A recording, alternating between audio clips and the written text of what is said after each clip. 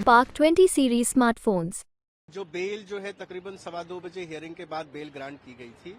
Order जो है वो सुप्रीम कोर्ट के वेबसाइट पे अभी तक अपलोड नहीं हुआ। हम यहाँ पे अभी राउज एवेन्यू कोर्ट आए थे। कोर्ट में हमने जो है वो जमानत के कागज दाखिल करने थे ऑर्डर के साथ में। चूंकि ऑर्डर अभी तक अपलोड हुआ नहीं है और ऑर्डर हमारे पास आया नहीं है, तो जो जमानत की कार्रवाई है वो अभी उन कारणों से पूरी नहीं की जा सकती है।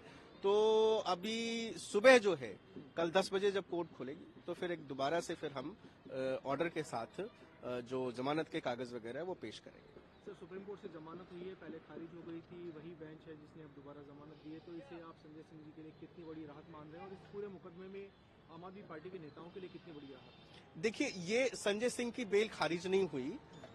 पहले जो है वो मनीष सिसोदिया जी की बेल जो है खारिज हुई थी और आज बेल की जो पूरी हियरिंग जिस तरीके से हुई और जिस तरीके से ईडी ने कहा हमें कोई ऑब्जेक्शन नहीं है, वो इस बात को दर्शाता है कि इस पूरे एक्साइज मामले में जिनको कि वो एक बहुत बड़ा घोटाला बता रहे हैं, उनके पास ना तो कोई सबूत है, ना ही वो एविडेंसेस हैं जिसको वो कोर्ट में दिखा सकते हैं। और यही कारण रहा कि जब कोर्ट ने कहा कि भाई अगर आप कंसेशन नहीं देते हो, अगर आप जो है नो ऑब्जेक्शन नहीं देते हो, तो हमें लिखना पड़ेगा कि इनके खिलाफ कोई सबूत नहीं है और कोई केस मेड आउट नहीं होता।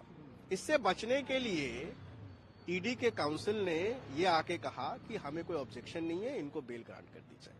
सर, जैसे कि दूसरी बेल जो है मनीष सिसोदिया जी की यहाँ पर विचाराधीन है, जो पहले खारिज हो चुकी है, अब 6 तारीख को उसमें सुनवाई है, तो क्या उसकी सुनवाई पर सुप्रीम कोर्ट के फैसले का कोई असर आप देखते हैं? बिल्कुल पड़ेगा, क्योंकि पिछले 1.5 साल में जितने लोगों को इन्होंने क्वेश्चन किया, अरेस्ट किया, उसी श्रृंखला में संजय सिंह को भी अभियुक्त बनाया, उनकी गिरफ्तारी करी, 6.5 महीने से अंदर हैं, उनके खिलाफ चार्जशीट फाइल करी ईडी ने, उसके खिलाफ गवाहियां करी और आज सुप्रीम कोर्ट में जाके कहते हैं कि जी हमें कोई जो है ऑब्जेक्शन नहीं है।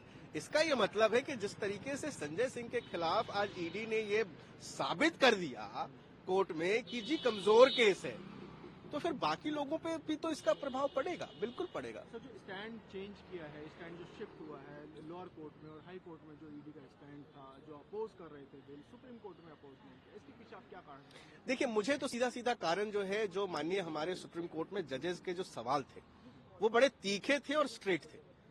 उन्होंने सीधे सीधे पूछा कि आप इन चीजों पे हमें जवाब दो, नहीं तो हम ऑर्डर में लिखाएंगे कि आपका केस जो है बनता ही नहीं है। अब ये बात अगर ऑर्डर में आ जाती तो ईडी के लिए बहुत बड़ा एम्बैरेसमेंट होता। इसके बीच बचाव के लिए उन्होंने कहा जी इनको बेल दे दीजिए, आप ऑर्डर में कुछ मत लिखाइए, हमें कोई ऑब्जेक्शन नहीं है। क्या सर ये बात ईडी पहले भी कह सकती थी? ईडी ट्रायल कोर्ट में भी कह सकती थी, ईडी ने नहीं कहा। ईडी हाई कोर्ट में भी कह सकती थी, ईडी ने नहीं कहा।